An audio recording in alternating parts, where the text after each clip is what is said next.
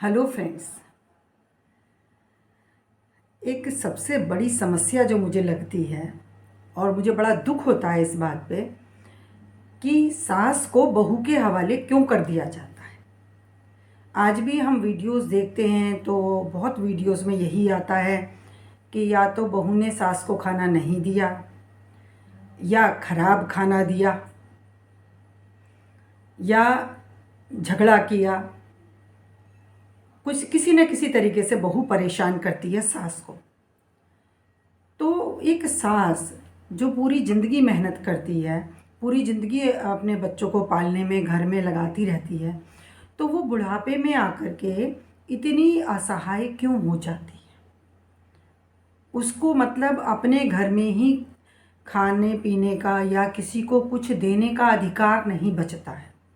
और ये मैं सिर्फ सुनी सुनाई या वीडियो की बातों पे नहीं कह रही हूँ, मैंने कई एग्जाम्पल अपनी लाइफ में देखे हैं जहाँ इंसान के पास अपना पैसा है, अपना पैसा आ रहा है, वहाँ भी अगर लेडी कुछ किसी को देना चाहे घर में तो इस बात पर भी मैंने झगड़े होते हुए देखे।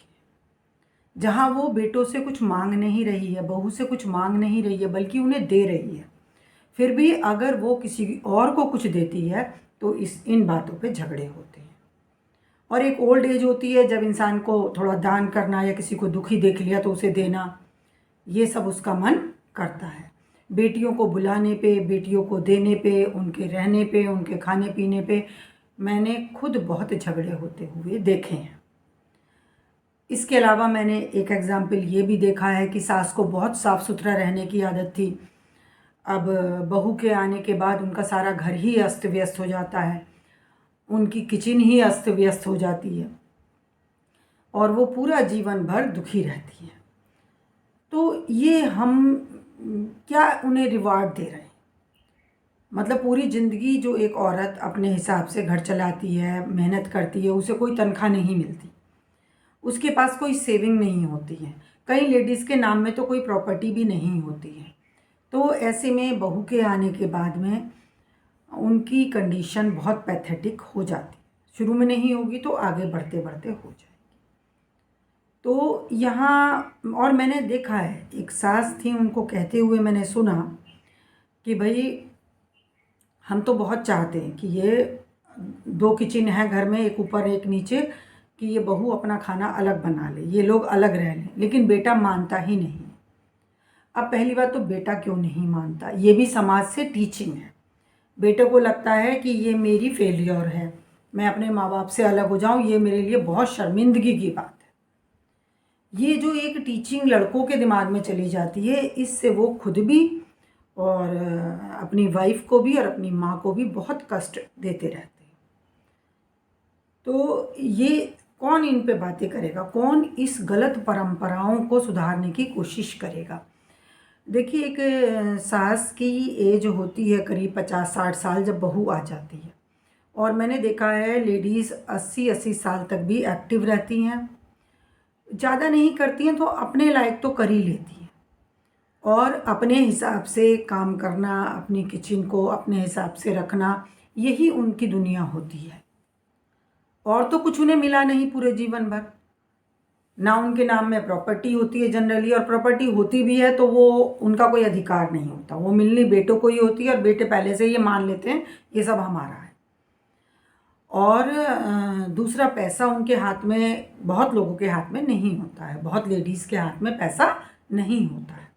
मैंने ऐसा भी केस देखा है जहाँ हस्बैंड की बहुत अच्छी जॉब है, बहुत अच्छी आमदनी है, वहाँ भी लेडीज़ को अपने, क्योंकि वो थोड़ी मॉडर्न और एक्टिव लेडी हैं, तो उन्हें मैंने अपने अधिकार के लिए लड़ते हुए, झगड़ा होते हुए, मंथली खर्चा लेते हुए देखा है, बहुत कलेश के बाद मंथली खर्चा लेते हुए देखा है। तो वो लेडी के पास कुछ होता नहीं है, और जब बहू आ जाती है तो वो उसका अधिकार अपनी वो छोटी सी दुनिया से भी ख़त्म हो जाता है, वो किचन से उसका अधिकार ख़त्म हो जाता है, उसके अपने घर में मूवमेंट पे रेस्ट्रिक्शंस लग जाते हैं, और फिर वो बहू के मूड, बेटे का मूड, बेटे के बच्चे, अब भाई उसने अपने बच्चे पाल लिए, अब वो तुम्हारे बच्चों को भी चलो देख सकती है, सहारा दे सकती है, लेकिन वो खुश तो रहे। तो ये चीज़ मैंने रियल लाइफ में 20-20, 30-30 साल तक लेडीज़ को इस कंडीशन में फंसे हुए, परेशान होते हुए देखा है। एक तो वेरी ओल्ड लेडी 80 इयर्स की, और वो यही चाहती थी मैं एक छोटा सा मकान अलग बना लूँ, मैं एक छोटा सा मकान अलग बना लूँ। मतलब उनको इतना अलग रहने का, इतना उन्हें तकलीफ़ थी अलग ना रहने की, कि वो बहुत तकलीफ़ में रहती थी और मरते दम तक वो इस चीज़ से बाहर नहीं निकल पाई, वो कंफर्टेबल नहीं थी। तो यहाँ बात सास की तो कोई बात ही नहीं कर रहा है। मतलब उसकी दुनिया अचानक से, मतलब एक तो पूरी लाइफ वो कितनी मुश्किल से अपना सब कुछ करती है, और उसके बाद ओल्ड एज में जब उसे आराम से रहना है, जब बच्चे अब सेटल हो गए हैं, अब उसका जब मन करे वो उठे, वो अपनी चाय बना के पी ले, वो ज़रा सा कुछ बना के खा ले, बस इतनी ज़िंदगी उसकी रहनी चाहिए। ऐसे में दुनिया भर के क्लेश उसके सिर पे आ जाते। बहू को अलग किचन बना के दो, चाहे उसी घर में दो, ऊपर नीचे दो, उसको एरिया अलग दो। अब कई लोग कहेंगे कि जी ये तो आप तो अमीरों के लिए वीडियो बना रही हैं और गरीबों के लिए नहीं है। गरीब भी अपनी कुटिया बना लेते हैं, ऐसा कुछ नहीं है। मन में नीयत होनी चाहिए, बेटा कुछ तो कमा रहा होगा ना, किराए के मकान में रह सकता है, नहीं तो अपनी एक कुटिया अलग बना सकता है। लेकिन ये जीवन को सुखी बनाने के लिए बहुत ज़रूरी है। ऐसा मैंने देखा है, आसपास लोग रहते हैं और ज़रूरत पड़ने पर एक दूसरे की मदद कर देते हैं, लेकिन डे टू डे लाइफ में एक दूसरे को कंट्रोल नहीं करते हैं। ये प्रॉब्लम है। और आप बहू को सिखाना चाह रही हैं तो वो आपके सिखाने से नहीं सीखेगी, उसे किचन दे दो अपनी अलग, तब वो वहाँ सीखेगी। वो नई है, वो गलतियाँ करेगी, उसकी किचन कभी हो सकता है फैली रहे, हो सकता है वो अपनी किचन को अपने स्टाइल से सुंदर बनाना चाहे, हो सकता है आपके ज़माने के बर्तन उसे पसंद नहीं है, आपको उन बर्तनों से बड़ा प्यार है, तो वो बदलाव करेगी, आप दुखी होंगी। और या फिर वो अभी हर समय उस हिसाब से काम नहीं कर पाएगी जिस हिसाब से आप करती हैं। तो फिर उसे अपनी बैटलफील्ड दो, उसे वहाँ खेलने दो, अपने आप करेगी, अपने आप सीखेगी, और आप अपना मन का सुकून रखो। तो ये सभी की ड्यूटी बनती है, खाली सास के सोचने से नहीं होगा। ये ड्यूटी बनती है ससुर की और बेटे की। जो ससुर है और सास का जो बेटा है, इन दोनों की मेन ड्यूटी है कि ये सास की किचन को उसका रहने दें, सास की जो छोटा सा लिविंग एरिया है वो उसका रहने दें, बहू का लिविंग एरिया अलग बनाएं, तभी ये खुश रह सकती हैं। अगर इनकी पटती है तो ये एक दूसरे का काम करें, अगर इनकी नहीं पटती है तो ये जिससे चाहे अपना काम करवाएं, और हो सकता है इन्हें ज़रूरत ही ना पड़े। मैंने देखा है पूरी पूरी ज़िंदगी बड़ी स्वस्थ रहती हैं सासें, और लास्ट में 1-2 महीने की बीमारी से या अचानक से किसी दिन निकल जाती हैं। तो भाई आप उनके 20 साल 30 साल क्यों ख़राब करते हो इस परंपरा में फंसे हुए। तो मुझे तो यही लगता है कि इस समस्या का यही समाधान है कि बहू को किचन अलग दी जाए और सास की किचन को सास का रहने दिया जाए। और अब उसका टाइम आया है, अब उसकी बच्चों की जिम्मेदारियां ख़त्म हो गई है, अब उसे सुबह बच्चों को तैयार नहीं करना होता है। अब वो दिन भर में अपना थोड़ा बहुत काम करके अपना मज़े में रह सकती हैं, अपने मन का खा सकती हैं, क्योंकि बच्चों का खान पान, बच्चों की का शोर अलग होता है, बच्चों की लाइफ अलग होती है। और उस पर बैठकर ये दिन भर कुड़कुड़ाती रहें, दिन भर उन्हें गाइड करती रहें, उनको नसीहतें देती रहें, तो खुद भी मरीज बनेंगी और बच्चों की ज़िंदगी भी खराब होगी, दोनों की ही ज़िंदगी खराब होगी। और ये हो कब पाएगा, जब हम इस गहराई को समझेंगे। कई लोग आ जाते हैं, जी आप तो सिस्टम ख़राब कर रही हैं, जो थोड़ा बहुत बचा हुआ है। वो थोड़ा बहुत क्यों बचा है, वो थोड़ा बहुत बचा नहीं है, वो ऑलमोस्ट ख़त्म हो चुका है। सिवाय क्लेश, शादी होने से पहले क्लेश शुरू हो जाते हैं, शादी होने से पहले दोनों का डर शुरू हो जाता है। तो वो डर में जब वो जो करते हैं तो वो चीज़ें और ख़राब कर देता है, प्यार का तो माहौल रह ही नहीं पाता है। अब देखिए, अब पता है बहू को ये पता है मुझे जाते ही अलग किचन मिल रही है, मेरा पोर्शन अलग है, मैं जैसे चाहे रखूं, जैसे चाहे उसे संभालूं, मेरे ऊपर बस मेरे पति की जिम्मेदारी है और किसी की नहीं है। अगर देवर है, कोई नंद है, तो इसकी जिम्मेदारी तो अभी सास की है ना, अभी वो ठीक है और वो बच्चे भी अपनी माँ के साथ ही ज़्यादा खुश रह सकते हैं। तो अभी सास ठीक है, उन्हें अपनी जिम्मेदारियां निभाने दो। अब तो इसमें बहू खुश होगी। अब सास को पता है कि मेरी बहू आके अलग रहने वाली है, अब इस बेटे की जिम्मेदारी ये निभाएगी और ये मेरी अपनी जिम्मेदारियां, मैं अपने हिसाब से रहूँगी। तो मुझे नहीं लगता सास भी दुखी होगी, अगर वो समझदार है, अगर वो चीज़ों को समझ रही है। तो उसके अंदर की वो जो एंग्जाइटी है कि बहू को कैसे कंट्रोल करें, बहू को कैसे कब्जे में रखें, ये बिगड़ ना जाए, इसे ऐसे कंट्रोल करें, इसे वैसे कंट्रोल करें, तो वो उसकी भी टेंशन खत्म। अब ये बच्चा सेटल हो गया, अब दूसरा सेटल हो जाएगा, लड़की की शादी हो जाएगी, अब ये हमारा एरिया बचा। ये हो गया उनका संन्यास आश्रम, ये उनका आश्रम बन गया। अब सास ससुर या सास अकेले या ससुर अकेले, ये उनका संन्यास आश्रम हो गया। और इसमें रहने के लिए आपको तैयारी पूरी होनी चाहिए कि सास को इनकम कहाँ से आएगी, उसका खर्चा कैसे चलेगा। उसकी भी अगर नहीं कर पा रहे हैं तो उनके लिए एक मेड लगाई जा सकती है जो अच्छे से उनकी देखभाल कर, उनका काम हेल्प कर सकती है। और ससुर को भी ये बात देखनी चाहिए, अगर वो अकेले हैं तब भी उन्हें कोशिश करनी चाहिए कि उनकी किचन अलग हो, जिसमें वो जब चाहे चाय बना के पी सकें, जिसमें उनका ऐसा भी मैंने एक झगड़ा देखा है। एक ससुर रिटायर्ड, वो बहुत खर्चा करते हैं घर में, घर को रेनोवेट कराते हैं और फिर बाद में बहू झगड़ा करती है, रियल लाइफ की बात बता रही हूँ। तो वो चाय नहीं बना के देना चाहती है और चीनी पत्ती उन्हें नहीं मिलती है, वो अपनी चीनी पत्ती ला के रखते हैं, तो बहू वो भी ख़त्म कर लेती है। तो इस तरह से जो बहू परेशान करती है या होती है, तो इन सिचुएशंस को आने ही क्यों देना है? क्यों बुढ़ापे में उन माँ बाप को बहू के हवाले कर दिया जाए जो उनकी है नहीं? देखिए, कोई अगर फील करती है अपनापन और साथ में रहना चाहती है, तो वो अलग अलग किचन होते हुए भी मैंने ऐसा देखा है कि वो एक दूसरे का करते रहते हैं, लेते देते रहते हैं। क्या हर्ज है अगर घर में 2 किचन है तो 2 पूरा लिविंग एरिया अलग अलग कर दें। अब अगर सास को कभी ज़रूरत है तो वो कर सकती है, अब कभी कभी की बात है तो वो भी कर सकती है, रोज़ाना की बात नहीं है तो वो भी कर सकती है। तो ससुर अगर अकेले भी हैं तो उन्हें भी आना चाहिए अपनी लाइफ को हैंडल करना। लड़कों का भी वही शरीर होता है, लेडीज से ज़्यादा स्ट्रॉन्ग शरीर होता है, उनके पास पैसा भी होता है, तो क्यों उन्हें चाय बहू ही बना के दे? क्यों नहीं वो अपना काम खुद हैंडल कर सकते हैं, अपने लिए मेड लगा सकते हैं, अपनी चाय खुद बना सकते हैं।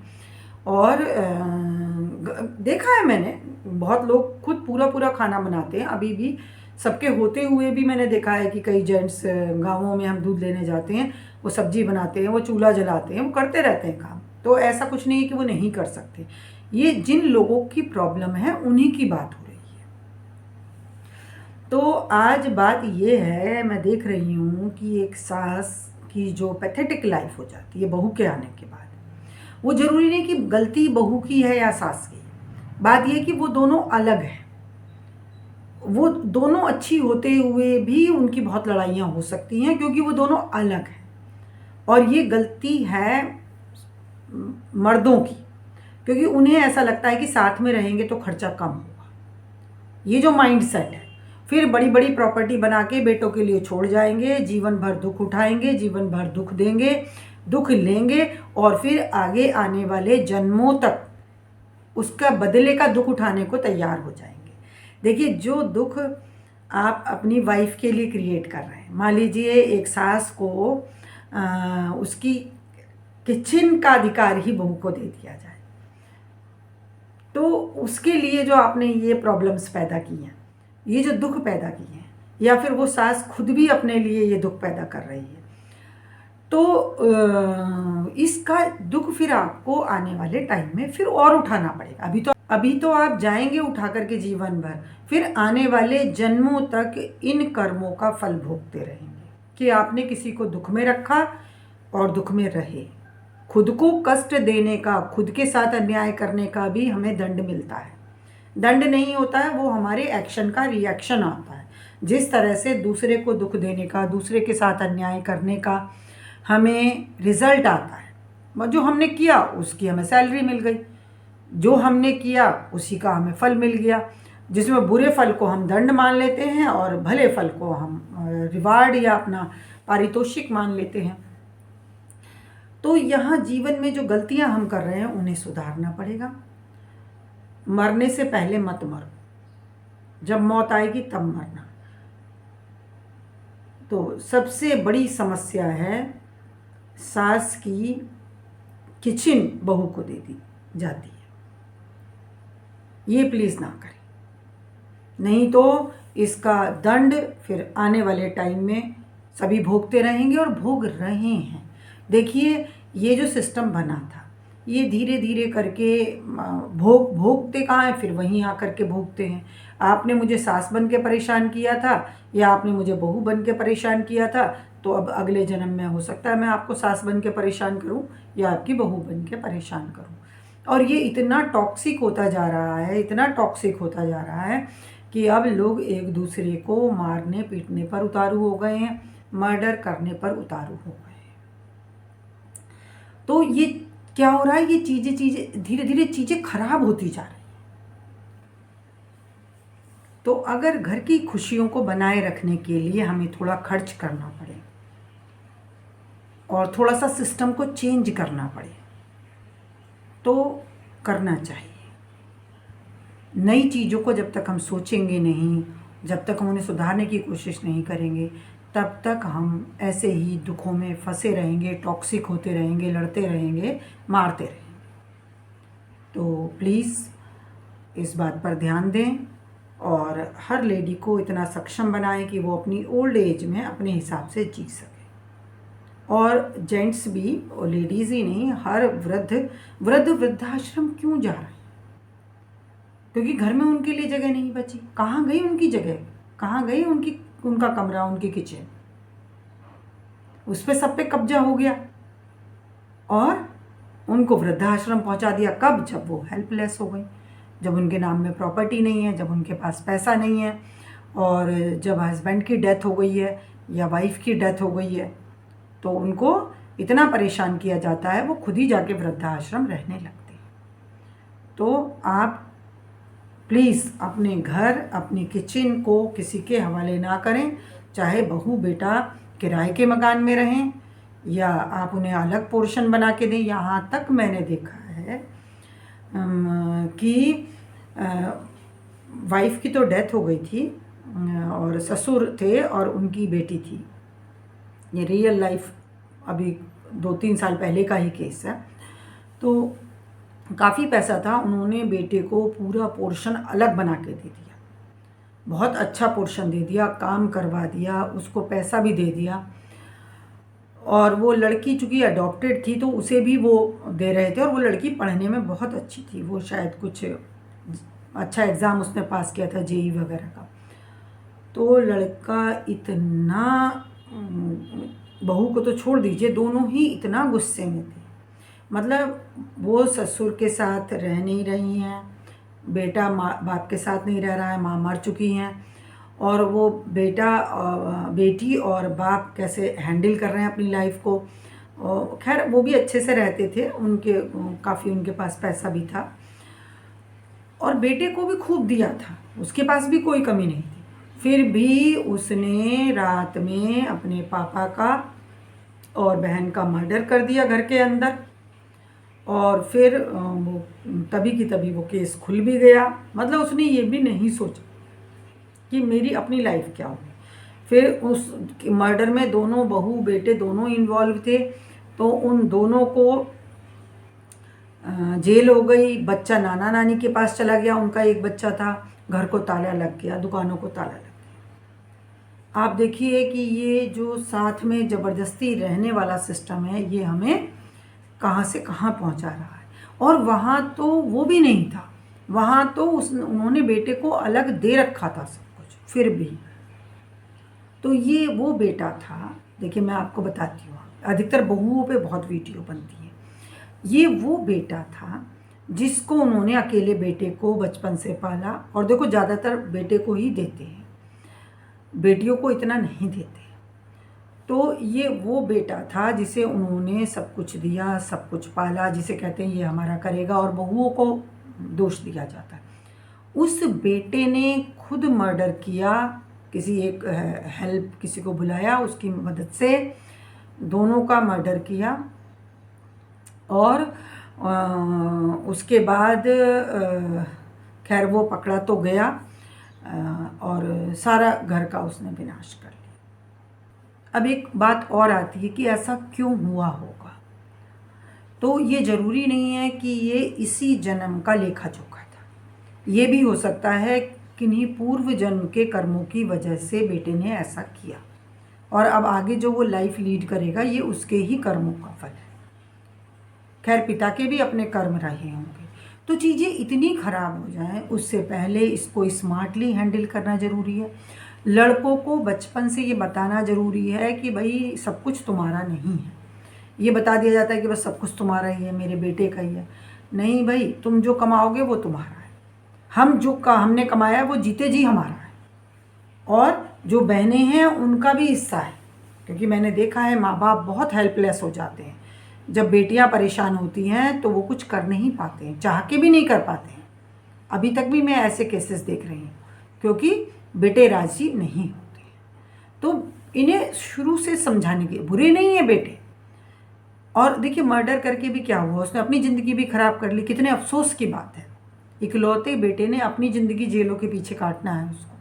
तो उसको ये बर्दाश्त नहीं हो रहा कि बाप पैसा अपने हिसाब से क्यों खर्च कर रहा है, बाप पैसा बेटी को क्यों दे रहा है। तो क्योंकि उसे बचपन से नहीं सिखाया। लड़कों को ये चीज़ सिखानी बहुत ज़रूरी है, और लड़कियों को भी, कि जो सास ससुर होते हैं या माँ बाप होते हैं, उनका जो उन्होंने बनाया है, पूरी ज़िंदगी मेहनत करके बनाया है, ये उनका है। तुम अपना करो, अपना कमाओ, जो तुम्हें बाद में मिल जाएगा ना। उनसे एक तो ये कंडीशन रखना बहुत बुरी बात है कि भाई हमारी प्रॉपर्टी चाहिए तो हमारा करना पड़ेगा। बस ये आपने जो बांध लिया ना, उन्हें अपने लिए दुख इनवाइट कर लिया। प्रॉपर्टी तुम्हें जो मिलेगी जब मिल जाएगी, अभी तुम अपना देखो, और दे सकते हो तो दे दो, अपने लायक रख लो। अपने लायक माँ बाप जरूर रखें, चाहे वो पैसा है चाहे प्रॉपर्टी अगर है तो। देखिए जहाँ तक मैं देख रही हूँ झगड़े भी वहीं ज़्यादा हैं जहाँ साधन ज़्यादा है। जहाँ बहुत गरीबी है वहाँ भी खैर झगड़े तो देखे हैं मैंने, खूब होते हैं, गाँवों में भी खूब होते हैं, वहाँ भी खूब बंटवारे होते हैं। तो झगड़ों के बाद बंटवारे हों तो इससे अच्छा पहले ही प्यार से अपना एरिया अलग रखें। खैर आज का विषय यही है कि सास को बहू के हवाले ना करें प्लीज़, और इसी में आप सुखी रह सकते हैं, और काफ़ी चीज़ों को हम सुधार सकते हैं, काफ़ी झगड़ों को हम ख़त्म कर सकते हैं, और लाइफ को सुंदर बना सकते हैं। अब पूरी ज़िंदगी उन्होंने मेहनत करी है, अब लास्ट में प्लीज़ उन्हें आराम से रहने दें। थैंक यू फ्रेंड्स, मिलती हूँ अगली वीडियो में। Please like, subscribe, comment, share, bell icon भी दबा दें।